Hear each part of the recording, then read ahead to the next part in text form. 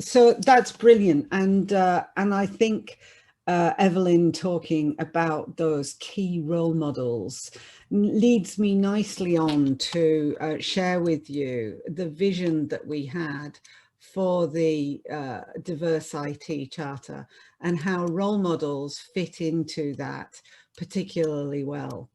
So when we first started thinking about the DiversIT Charter, and this is probably nearly 3 years ago, we recognized the value of charters and the way that they could lead the way by providing a framework of things that you needed to do in progressive steps to help you to be more diverse in your selection and retention of women in the workforce.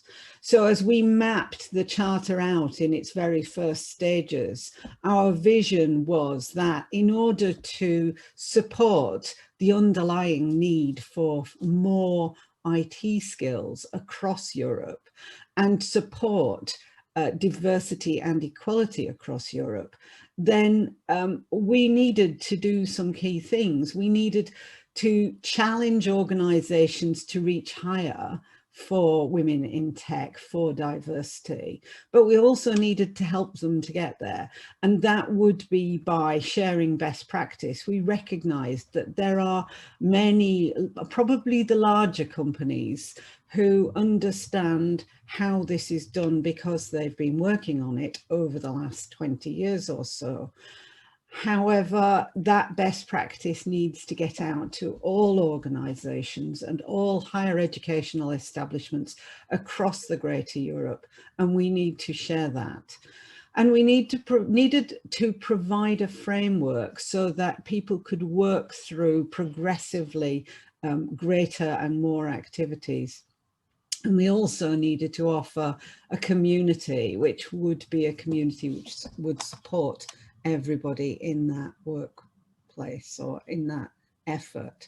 So pictures of the team, sure, you know, these things are quite commonplace, but actually this is a celebrated team. This is a team who've come together with lots of big cultural differences, lots of effort and input and regular meetings. So I want to say thank you to everybody on the team. And I think particularly fun was the night in the middle picture where we went and persuaded everybody that they needed to back us on this. So great work from the team. We put into the charter several assessment areas. So in the charter, we felt that all people who were trying to work through building the foundations for diversity, then moving through the next steps, and then achieving best practice. So our 3 levels of bronze, silver and gold DiversIT Charter awards. In those areas, they would need to have several things they'd think about. They'd probably want to have an employee group or a women's group who were leading the way, often on things like role models or personal confidence. However, there were other assessment areas that were really key to the organisation, such as monitoring, understanding where you were from the get-go, and then setting objectives and KPIs and monitoring your progress towards greater numbers of women in technology in the workforce. And also we recognized that there were 2 areas that we had to look at, both attracting women into workforces or into education, and then retaining them once we got them there. So the charter brought all of those concepts together. And we wanted to have nested communities of best practice. So we could see that we were a community of best practice at the CEPIS level, but that didn't make us the ones with all the knowledge, because the local IT associations that CEPIS represents were also organisations where knowledge about women in technology and attraction and retention of women in technology exists and could be shared. And then there was also knowledge within the companies or higher educational establishments within the countries. So consequently, we wanted to find a way to nest the communities of best practice. And we think we're going to be able to do that through companies, higher educational establishments, taking the charter and certifying at bronze, silver and gold levels, and that the IT associations will also do so, but the IT associations will become eventually certifying bodies in their own communities, and consequently then issues around language can be avoided. And the CEPIS community can be the go-between and the way that we cement and glue the whole thing together. So very briefly, my last thoughts on this. The EU Commission produce a Women in Digital scorecard for each country.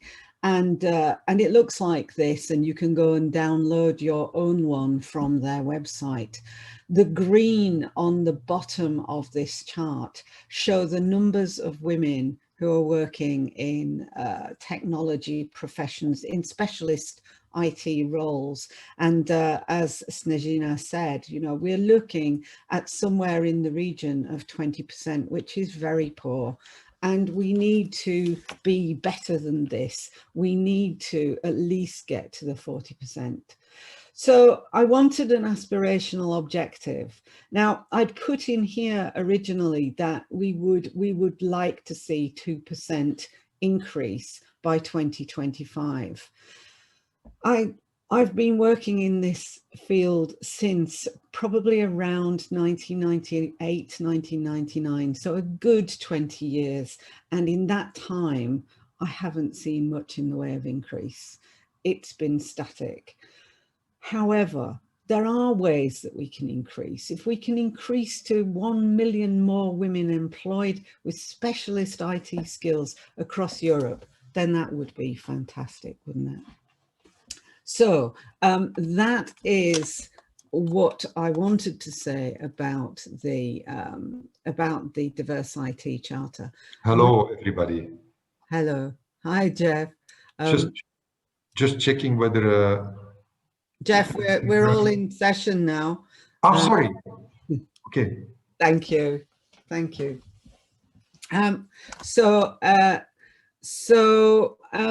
I just wanted to say something about how the Charter was born and where we think we're going with it. I don't think we've got all the answers, and I do think many answers and many new ideas will come from the other countries, the other companies, and other places where women in tech are seen as important. But I think we can all come together to make this really happen.